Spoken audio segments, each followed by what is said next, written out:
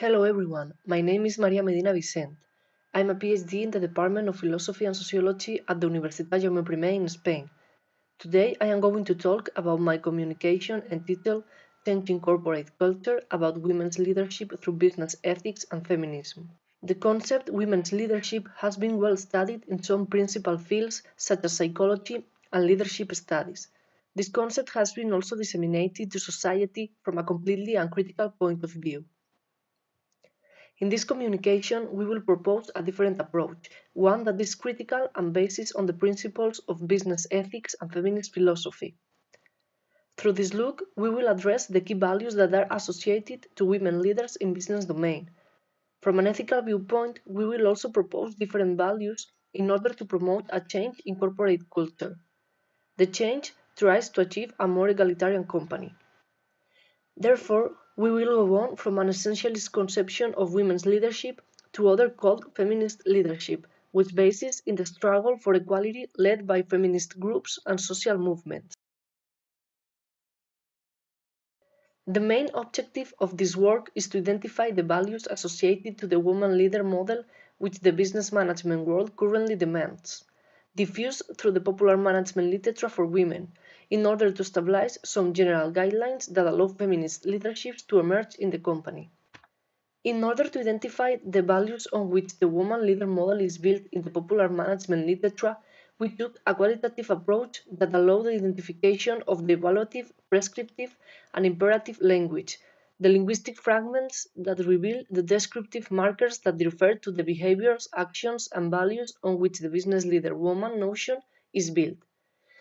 This methodology is the appraisal theory.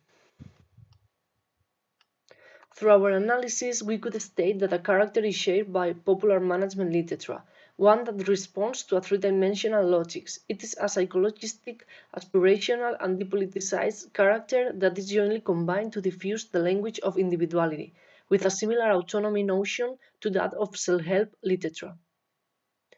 We were able to observe the values that neoliberalism seeks demanding of women a double personality, which is somewhat schizophrenic and which also seeks to depoliticize the feminist discourse in the company.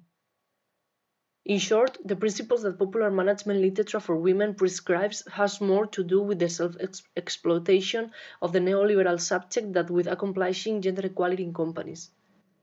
In that sense, we were able to conclude that the values associated with women in developing their leadership are relational thinking, collaboration, inclusive communication, emotion, empathy, and multitask capacity, values which correspond to the traditional feminine gender stereotype.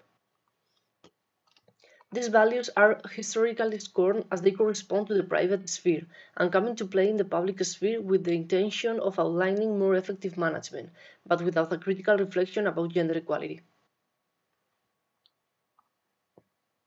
Therefore, we were able to confirm our hypothesis about the values associated with women leaders in the business world, which reproduce traditional and sexist gender stereotypes and leave this group at disadvantaged position and promote an immoral company where gender equality simply has no place. It can be stated that these works tend to reproduce a conservative essentialism about gender roles, even though this essentialism can increase the presence of women in management jobs. It does not contain the social transformation elements needed to bring about a substantial change that favor gender equality in companies. In line with this, by defining a feminist leadership model, we attempt to emphasize the values that result from the struggle for equality and to influence the people who make up the work team, because anyone can include these values in the practice beyond human team management by creating a shared equality justice culture. Feminist leadership must work to take apart the networks of hidden powers that operate to perpetuate the subordination of women and other groups. This leadership must, unlike an essentialist vision of women's leadership, construct alternative power models. The main idea that differentiates the feminist leadership model from women's leadership is that no matter what setting is involved, political commitment is made which fights for social justice. Therefore, the values that characterize feminist leadership are fed directly by the struggle for equality, and they construct a business ethos that opposes to the homo economicus principles. These values are equality, equity, integration, respecting human rights, physical integrity, no coercion, free choice, peace, respecting the planet, respect diversity, difference, democracy, transparency, accountability, and shared power.